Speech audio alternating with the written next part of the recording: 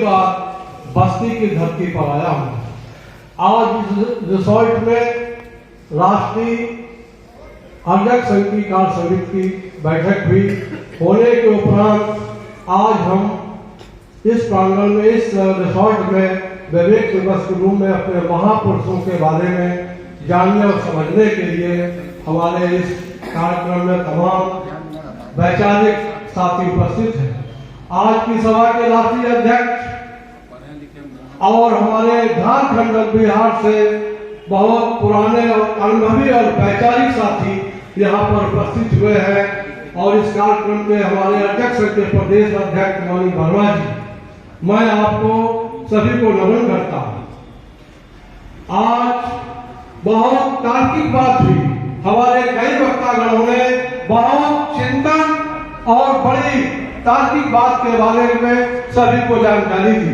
साथियों, आज हम जिनका विवेक दिवस मना रहे हैं, आज इन चारों महापुरुषों के अंदर वैज्ञानिक चिंतन था, चाहे वो सरदार वल्लभ भाई पटेल हो, चाहे B.R. अम्बेडकर हो, चाहे संत गाडगे हो, चाहे पेरियार साहब हो, इनके अंदर बहुत दूरदर्शिता और वैज्ञानिक चिंतन और वैज्ञानिक विचारधारा का संचार होता था।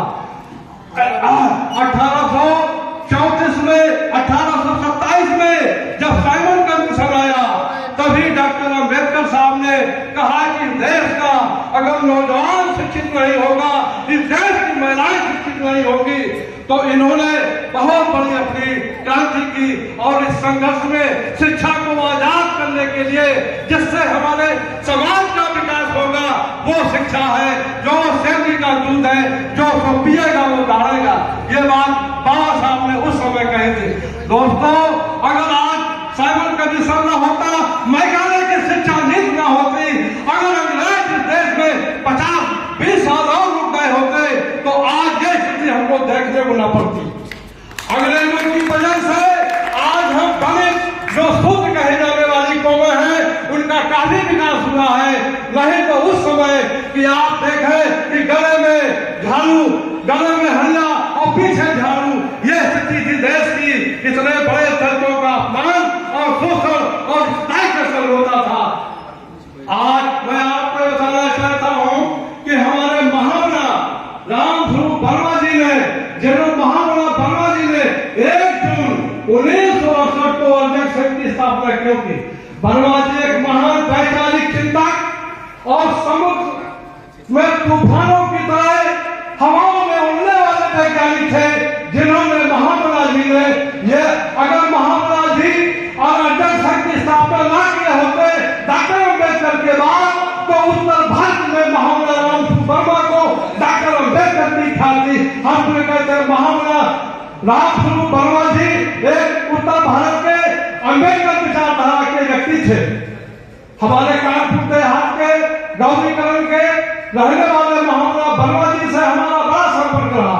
मैं उनके कार्यक्रमों में अक्सर जाया करता था और वो बहुत ईमानदार, बहुत बड़े चिंतक, वैज्ञानिक चिंतन। उन्होंने हमसे एक बात कही थी कि जो व्यक्ति ईमानदार होगा वही समाज को आगे बढ़ा सकता है। जिस व्यक्ति के अंदर अगर बेईमानी पैदा हो गई वो समाज को पीछे ले जाएगा। यह बात महामना वर्मा जी ने हमसे कही थी। साथियों, आज डॉक्टर अम्बेडकर वैज्ञानिक विचारधारा के व्यक्ति है, व्यक्ति जिन्होंने संविधान दिया और संविधान में फंडामेंटल राइट दिया और उसमें जो अनुच्छेद 14 है जिसमें समता का अधिकार की बात का उल्लेख किया कि आज गौरव थी 18 साल बाद, यानी 1968 में कानून को अम्बेडकर साहब ने संविधान के अनुच्छेद 14 में समता के अधिकार का बना दिया।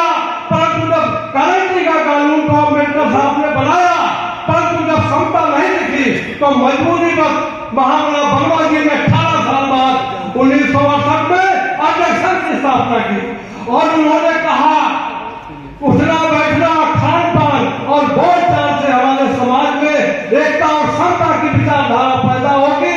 जब हम खान पान दलित ओबीसी एक साथ बैठ करके करेंगे तभी हमारे समाज के अंदर समता आएगी और बाबा साहब के बनाए हुए जो अनुच्छेद 14 में समता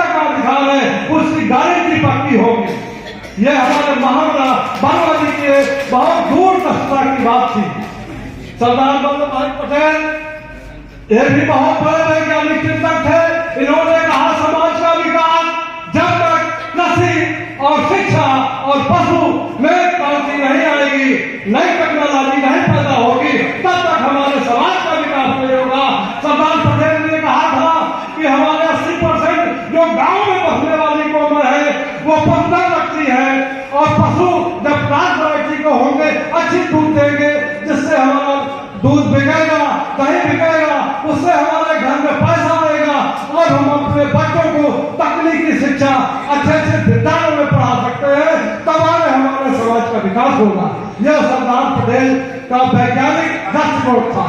संत गाडगे जी बहुत पढ़े लिखे नहीं थे और उन्होंने शिक्षा पर क्यों ध्यान दिया, वो वैज्ञानिक सोच की विचारधारा के व्यक्ति थे।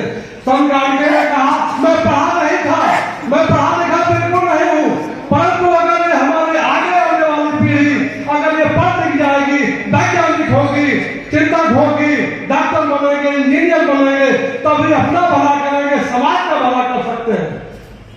हमारे पहलियार साहब ने ईश्वर को नकार दिया, ईश्वर से 9 सवाल किए कि इस दुनिया में कोई ईश्वर नहीं है, सिर्फ वैज्ञानिक चिंतन है, वैज्ञानिक विचारधारा है, मानव के अंदर चेतना है, चेतना से विकास की बुद्धि होती है, उससे उत्पन्न होने वाला विज्ञान आज हमारे देश के लिए विकास कर रहा है।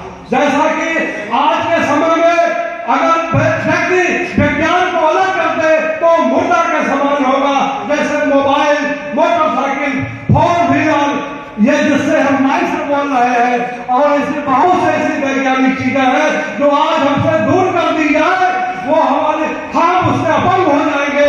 इसलिए साथियों, हमारी बहनें बैठी है, माताएं बैठी है, और मैं इनसे अपेक्षा करता हूँ कि जो इनके बच्चे हों वो अपने बच्चों को वैज्ञानिक बुद्धि से, ताकि ज्ञान से अपने समाज को आगे बढ़ाए, ताकि हमारा बच्चा वैज्ञानिक बनेगा तो आगे विकास करेगा, समाज का विकास होगा। जय भारत, जय भारत।